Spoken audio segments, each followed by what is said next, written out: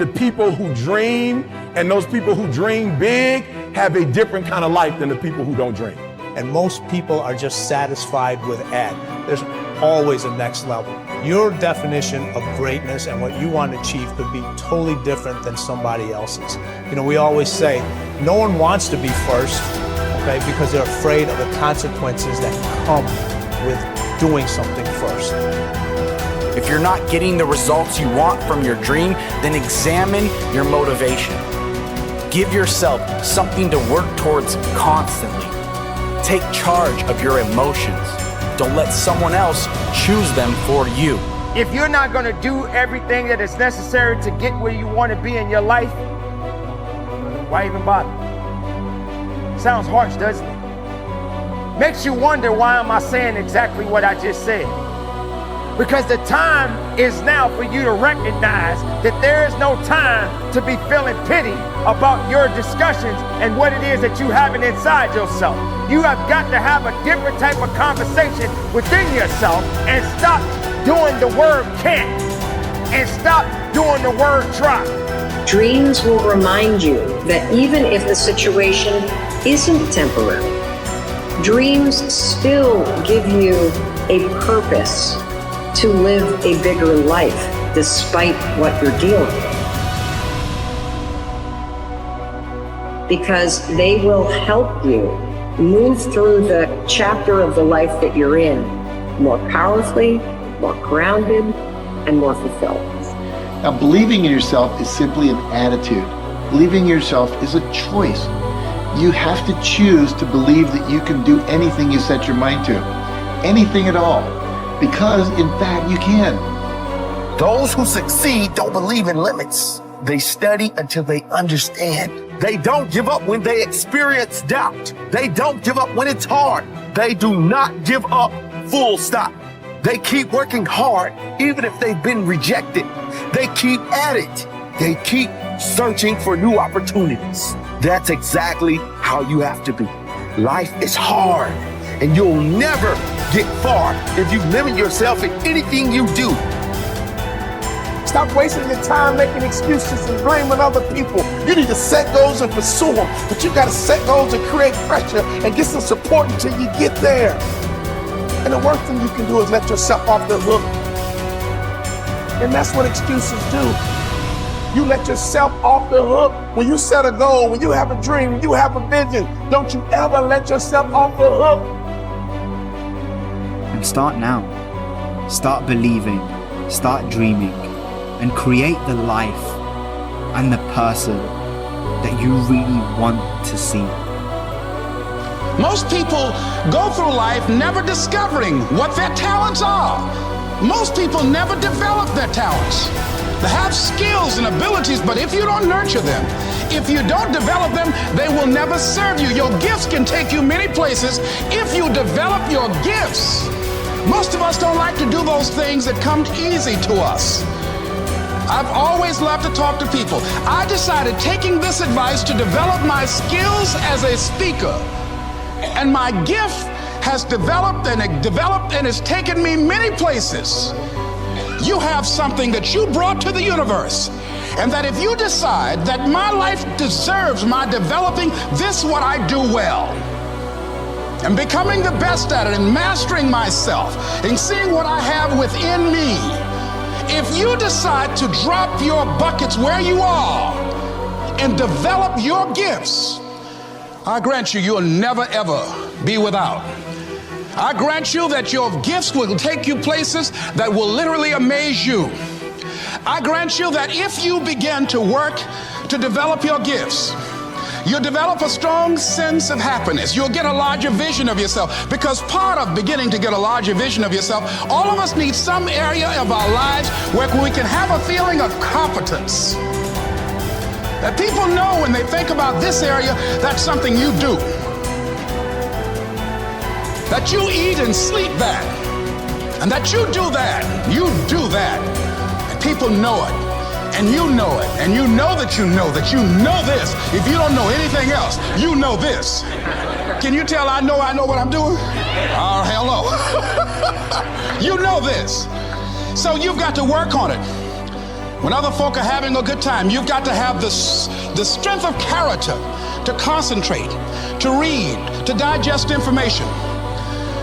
If you decide in any particular area that you're concerned about, to make a conscious, deliberate, determined effort to read one book a month in that area, in 5 years, you'll be among the top 5% experts in the world. I read a minimum of 2 books a week. The average American reads only 1 book a year. If you decide that area that you love, that you are going to master that particular area, in this era of accelerated change, overwhelming complexity, and tremendous competition, as you begin to develop and expand your skills and your talents and your vision of yourself, you will always be in control of your destiny. It is in the nature of things that some people will be more successful and happier than others. Some people will make more money, have better lives, enjoy greater fulfillment and satisfaction, have happier relationships, and contribute more to their communities. Others will not. The most important single quality that you can develop in a time of rapid change is the quality of flexibility. The opposite of flexible thinking is fixed or mechanical thinking. The opposite of approaching life with an open mind is to react automatically and predictably in every situation. The opposite of flexibility is an unwillingness to change in the face of new information or circumstances. The quality of flexibility is therefore essential if you want to do and have more than the average person. Today, perhaps the most important factor affecting your life is the speed of change. We are living in an age where change is taking place at a faster rate than ever before in human history.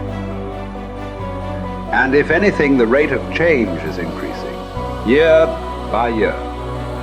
Change today is not only faster, but it is also discontinuous, not following a straight line, but starting, stopping, and going off in unpredictable directions. Change is coming at us from all sides in so many different ways that it is often impossible to anticipate what might happen next. By its very nature, change is unpredictable, often forcing us to scrap our very best plans and ideas overnight as the result of a completely new and unexpected development coming from a new and unexpected direction. As a result, we have to remain flexible in our thinking and in our possible courses of action. You must learn to say to remain flexible is, I made a mistake. It is amazing how much time, energy, and money is wasted because someone's ego is so large that they will not admit they have made a mistake, even one that is obvious to everyone around them. Once you say, I was wrong or I made a mistake, the issue is largely over. From then on, everybody can get on with resolving the problem or achieving the goal. But as long as a key person is unwilling to admit that he or she has taken the wrong course, everything comes to a stop. We have seen this repeatedly in national politics, where the failure of a single person to admit a mistake or blunder has led to tremendous waste of time and energy for everyone involved, and often for the entire nation. Here is the most important rule of flexibility. Be clear about your goal, but be flexible about the process of achieving it. Always be open to the influence of your superconscious mind. Remain sensitive to the possibility of serendipitous and synchronous events. Be open to ideas, inspirations, and inputs from other people. In the New Testament, Jesus said, "You must become like a little child if you would enter into the kingdom of heaven." One interpretation of these words is that you must remain open-minded, flexible, calm, confident, and curious if you want to be able to recognize new opportunities and possibilities as they open up around you on your journey toward your goal. Resolve to remain flexible and open no matter what happens. Remember, there is almost always a better way to accomplish any task or to achieve any goal. Your aim should be to be alert and aware to what it might be, to find it and then to take action in that new direction as quickly as possible. This will ensure that you inevitably reach your goal, sometimes in the most unexpected and surprising ways. You see, you can have anything you want in life if you want it badly enough and are willing to pay the price. Now, the rules regarding the price of success are simple. There's just 2 of them. Number 1 is you always have to pay full price for success. And number 2 is you always have to pay in advance. Now here are some key points on goals, and please remember these. The first key point is that your ability to set goals and to make plans for their accomplishment is the master skill of success. The development of this skill requires continual practice and serious personal work, something that only the top 5% will discipline themselves to do. You see, setting goals is hard. Setting goals requires delaying gratification. Setting goals means taking some time aside and sitting down and really thinking through what it is you want in each area of your life. And because this is difficult, most people won't do it. Number 2, your goals must be congruent with your basic values. Your self-esteem comes from engaging in activities and working toward goals that are consistent with what you believe to be good and right and important. Take some time to think through what you believe in, and then structure your goals in harmony with your innermost convictions. What are your basic values in life? What would you live for? What would you fight for? What would you sacrifice for? What would you die for? What are the most important things to you in life?